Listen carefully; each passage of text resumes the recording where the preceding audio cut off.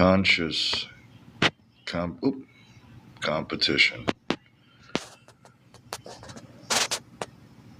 What is conscious competition? Just got back from the store. Um, need a treat. Upset stomach. Ginger ale. Last year in DC. Been using it for myself. Sprite. A lot of times people do the trick. Um, Conscious competition. I'm hanging out, relaxing a little bit. Gotta bounce in a couple hours, but right now I'm just inviting some conversation. Kind of going off on my own inquiries, on my own considerations here for a moment. Might send this out a little bit, but I'm just warming myself up to. I think that I had this conversation with a friend of mine some years ago. We never got to meet in person, but we known each other through the interwebs, from the UK. British dude, really wonderful, really interesting guy.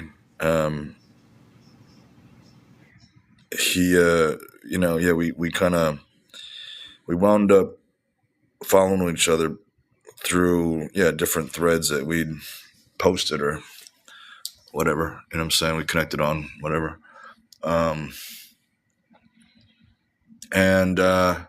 He liked the conscious movement, if you will, or the conscious context of conversation and communication and all that. Really good friend of mine, actually.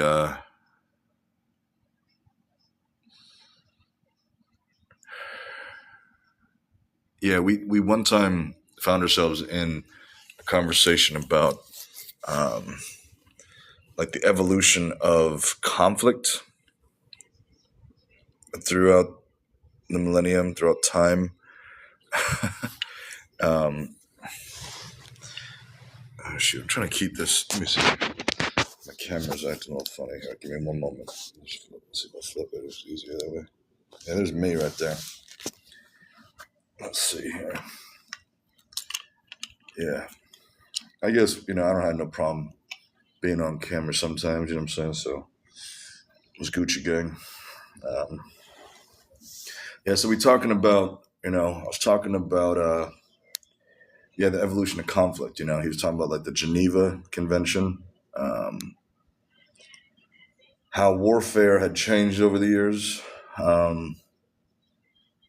It was quite an interesting conversation because,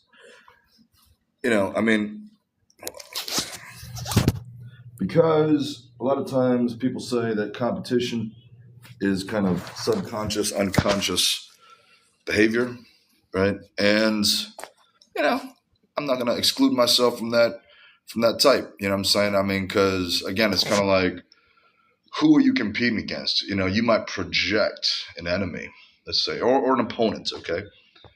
Just to keep it 100 here, keep it correct, you know what I'm saying? And so you might project an opponent, but that is coming from, processed or unconscious, or maybe unconsidered archetypes, unconsidered contexts and situations. Like here's the thing, right? What I'm trying to say is, on the basic level, you got, you might interpret life as a competition for the women, right, as a man, and for the men as for the females, right? It's kind of basic. That's where you get concepts like, battle of the sexes, you know what I'm saying? Again, you competing, right? Like at school, you know what I'm saying? Competing in the workplace. You got these types of competitions, but it's unconscious unless you, again, are aware of your yourself, aware of your patterns, aware of like the behaviors and dynamics. Okay, dynamic, like the planet of Kakarot, but not his native planet of Vegeta, right? Or Saiyan, or was it Krypton? You know what I'm saying? All right, so yeah, there's unconscious competition, right? But I think that what my friend was kind of bringing me to was that there can be conscious conflict or conscious competition, such as sports, right? You got two or more participants entering into a situation to do their best, right? To compete or to perform or to face or again to be in a situation where their expertise of movement and skill sets and precision and all these different things come to a point of showmanship. What's it? Not only showmanship but sportsmanship. It's kind of like again celebration. It's like team building. It's like community organizing. It's a lot of different things at the same time. Hey, baby cakes, welcome in. It's good seeing you. Um, so now at the same time though, you got again this awareness that everything has a symbiosis or a kind of like again a dance, a kind of there's a rhythm in life. That these cycles can be ridden. You can ride the wave, right? You can ride the change into a beautiful complementary piece of work, piece of art. Okay. Um, so what am I getting at? I'm getting at this notion where we can have conscious collaboration that may come off as competition, right? Because that's the thing about sports. I see sports as a transformation of unconscious competition that could be conflict if unconsidered and willing to have concentration on. But instead, again, it develops one's character, develops one's health, develops one's skill set. So it's a conscious transformation of energy that would otherwise cause collateral. Might be just enough. Might be making more work, or that's being generous, but creating more difficulties too for people at times. What I'm trying to say. So, so conscious competition.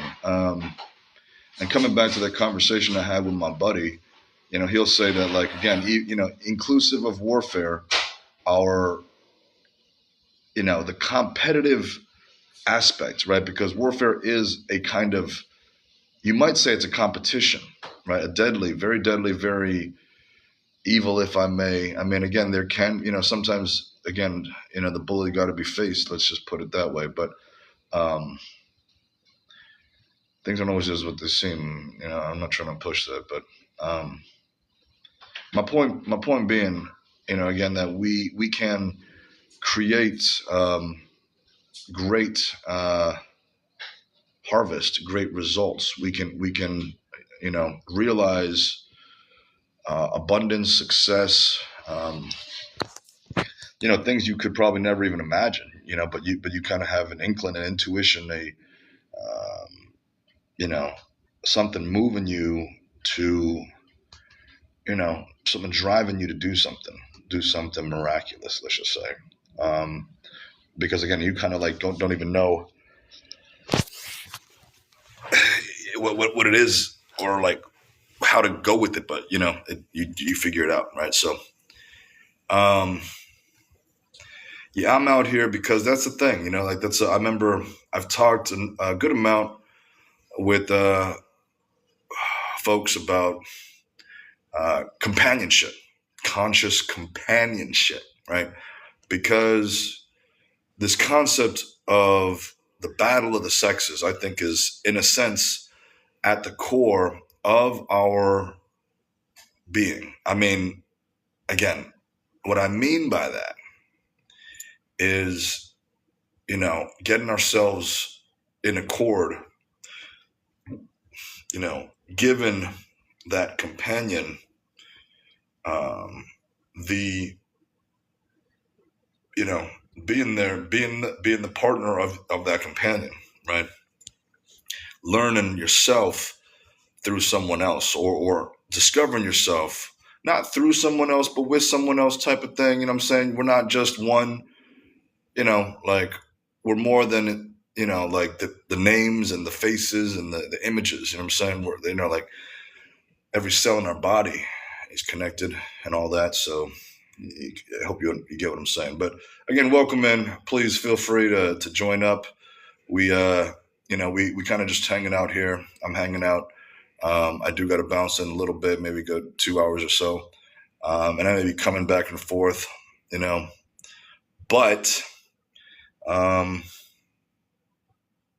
but yeah, no hurry, no rush. You know what I'm saying? Like we can press that pressure. You know what I'm saying? We can again fire, light the fire, passion. You know what I'm saying? Again, like you can. I'm not. I mean, people might see sometimes I like to. I do like to. Engage in a more than a conversation. I'll even engage in a debate, because sometimes I feel like that is again the same thing, a transformation of material into consciousness. You know what I'm saying? Kind of depends. You got to make sure you got some outlines set up and whatnot. You understand what you're doing it for. And maybe not every time, but regardless, I think that it is a form of conversation. A debate can be a learning experience. It can be, a growth. You know what I'm saying? Could be something that helps you develop your critical capacities, your independent thought, if you will, your intellectual prowess, your presence.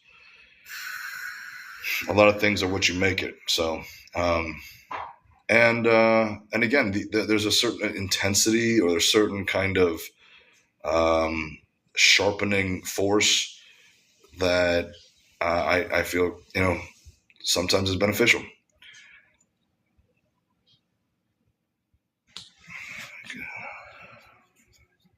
Yeah, all right. So anyway.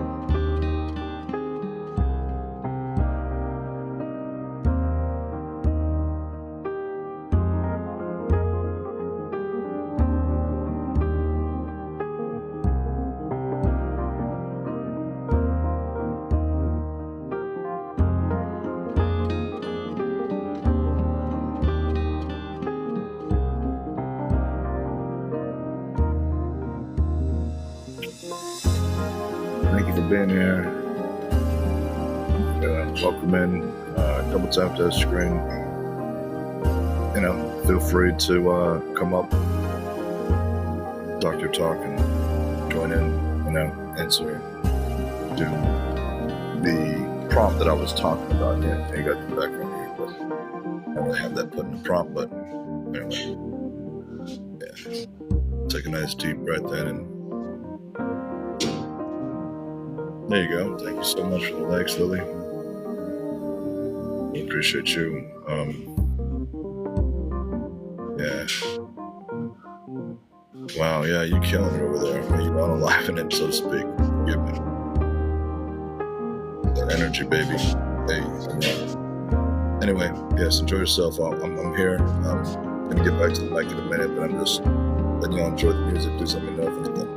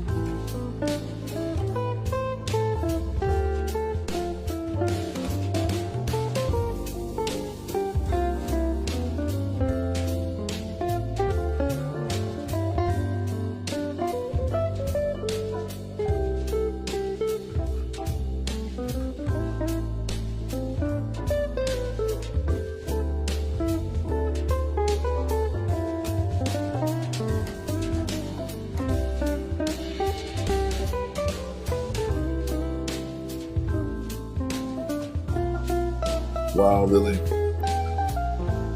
you're doing something special over there. Look at you. All right. Wow. Why don't you come on up?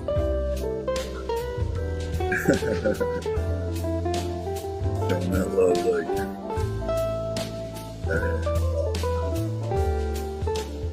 so,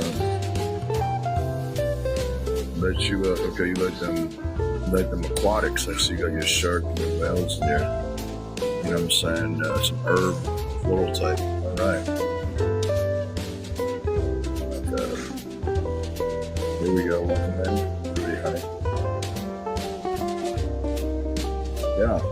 All right. Well, let me see. I'm gonna get some of the music again and get back into my talkity talk. Talkity talk.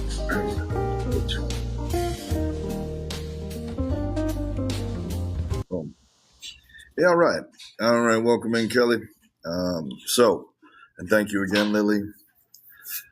Tapping that screen, it's it's a surprising little gift. So I mean, it's interesting for me, because talking about debate and talking about inner ways of or like exchanging, interacting. You know what I'm saying? Like, how much of our lives do we base on the past? We interact in a lot of ways based on the past, right? If you look at it, it's kind of like, okay, well, I know this person. You may not be consciously considering it, but you're like, oh, I recognize this person's face. So this brings you back to, your interactions and whatnot. And again, this is kind of deep, but when you really think about it, right? So you trust your knowledge. That's the thing. We as human beings, I think, trust our knowledge more than most things. Sometimes people trust God more than they trust knowledge, external knowledge being presented to them. Because as we see in Scripture, we lean not on our own understanding. And I think that's, it's a compelling direction to take a risk at times, right? Or take a break from your pattern, like with Sabbath, or a ceremony or celebration, because you don't want to, like, it's not wrong to be limited, I would say. Like, limitations, I think, help focus. They can be great, but you do want to make sure that you're not trapped. There's that balance. And I think it's the best to, lose yourself in a way. Lose yourself, or, you could say find yourself. But what I mean is that, sometimes there's a saying, right? You gotta, I think Robin Williams, either it's Robin Williams who said it, or it's most commonly attributed to him. But he said, we're given a very, small, oh, look at that. What is this? This is interesting. We're given a very small portion of insanity in our lives. It's a little small spark. And you got to do whatever you can not to lose it. Because that's the thing. It's like, you live your life. I mean, do you want to live your life the way you've seen everybody else live their lives? Do you want to fit in? Do you want to be the same thing that's always been? Or do you want to create something new? Do you want to adapt? Do you want to transform? Do you want to witness, or, again, even perform, even create a miracle or magic or something that, is never forgotten, something that lives on without you? I think that, again, a lot of people have this. I think it might be a universal thing, right? Like, somewhere inside that you're a unique part of the universe. A lot of spiritual circles, people say you are the universe, right? Meaning that you are a creator, and, daring as it may be, there are those who will say you are the creator. You are. I mean, coming back to Prophet Tathagata, the Buddha, right? He says, I am neither man nor God. I am awareness. Um, Now, why do I bring that up? Because you might think of yourself as conscious. You might think of yourself as a spirit. You might think of yourself as a human being or a point of perception, you know, or, you might have a label for yourself, son, daughter, worker, citizen, whatever. You might think of yourself with some kind of title, with some kind of thing, right? Um, but and that might be part of who you are. But anyway, what I'm getting at here is I'm here to again kick you for a little bit, relax, enjoy myself, but also I'm open. I'm saying to competition. Not all the time, definitely not all the time. I've learned to pick my battles, pick my fights, pick my interactions wiser over the years. I've learned to really keep a good balance of what my attention is on, because that's one thing I can control. That's I like to be mindful. I like to be mindful of what my attention is on, and that's why I'm bringing it back now, because I am not against conscious competition, and I do believe that while there may be those who will say, "Oh, competition is unconscious," I think that that's dependent upon the case and the situation, because things have changed. There's no doubt that things have changed on some plane, on some level, and I'm kind of going through a little bit myself over here. I was feeling kind of funny on my way back from the store, but nonetheless, I'm enjoying myself, and I feel like maybe I'll go ahead and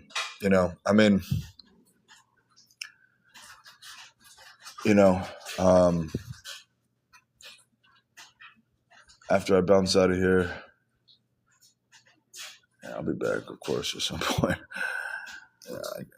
It's like, I can get away from Twitter. You know what I'm saying? I can get away from Twitter, but not Twitter. I'm talking about TikTok. But whatever. You know what I'm saying? Yeah. I've wondered before. Coming from Seattle, I've wondered for myself, like, is there, well, to me, I feel like there is a toxic positivity type of thing. It feels like there could be. I remember I was having a conversation one time with a buddy of mine in Japan, and he was talking about how he didn't like the Genki soul culture, right? He's like, healthy, happy, happy. He's like, he was commenting on this aspect where it's like, you got like a performative type thing where you gotta, act or speak something into existence in a way, right? And again, I'm cutting through this very, very gray area here, because there are ways you can do that, and there are ways that it's kind of like you're fooling yourself. So that's the thing, I think that there can be, obviously we can be fooling ourselves. You know what I'm saying? A person can be delusional. A person can be clinically insane or ill or unwell. You know what I'm saying?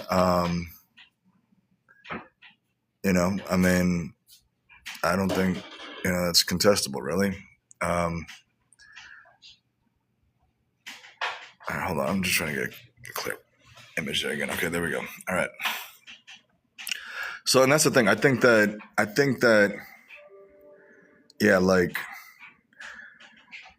hiding your head in sand. I think hiding your head in sand is one of those ways of being foolish. I mean, I'm not saying the ostriches, and I'm not saying the animals don't got no reason for it, even humans, what I'm saying? Like, they might have a reason for it. It might be a very, thank you, darling.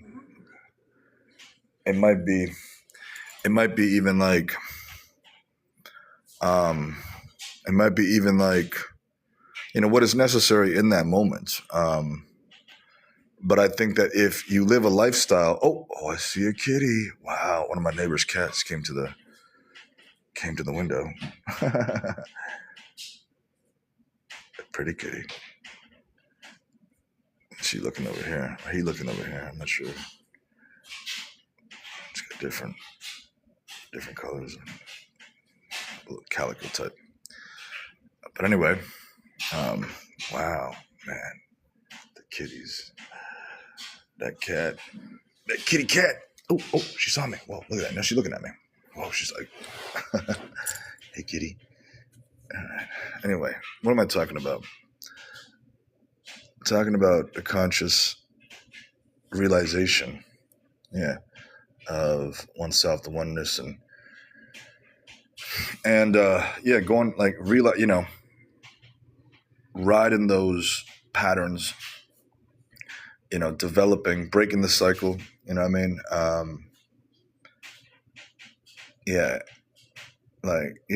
Going beyond your dreams. You know what I'm saying? Going beyond your dreams. Because let me see here. Let me go ahead and.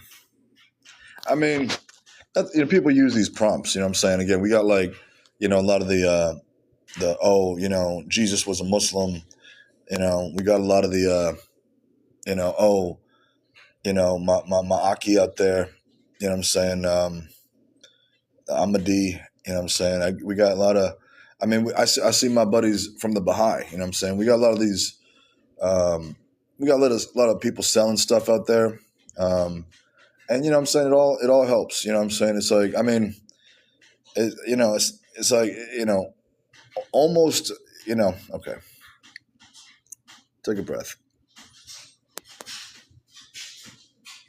I'm breathing. Are you breathing? I just made you aware. You realize, you know what I'm saying? Yeah. I made you aware. I got this ball. I mentioned it yesterday, but I didn't say it. Oh, I can't. Where's it? Come on. There you go. See the ball right there? Yeah. Wilson. Yeah, I'll be dribbling this. All right. Now, I was thinking to myself earlier about how we might approach, you hear this out there, right? You hear that we have a limited time on earth. We got one life, right? Live like you're dying, or live like there's no tomorrow. And I've been kind of circling this idea recently in a way where I'm like, okay, if death isn't true ultimately, right? Because in the sense that, not in the literal sense of, the body being uncorruptible or never breaking down, but in a spiritual sense, right? That we don't ever really die, then what is the hurry? To realize God, to find God, to return to God? Again, if we're talking about just consciousness, is it, what does that mean? Who is God and where is God? And how do we know the true messengers of God? And, maybe even asking ourselves, does it really matter? Is it, what's the meaning of it? I would say, そのことが本当に面白い。そうしたら英語で、I'm gonna keep speaking my English. でも日本人皆さん、例えば、僕の名前は私のもてやすですね。はい、はい、よろしくお願いします。Yeah, so I'm sticking straight with English unless, you know what I'm saying, we get my Japanese peoples, my Japanese fam out there. All right.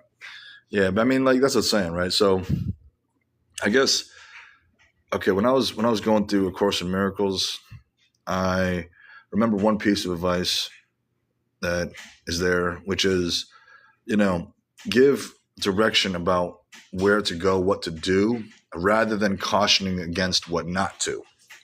Because you see, you're giving an image. But then this is where the toxic positivity question comes in. Because everybody knows you can be, a toxic negative, in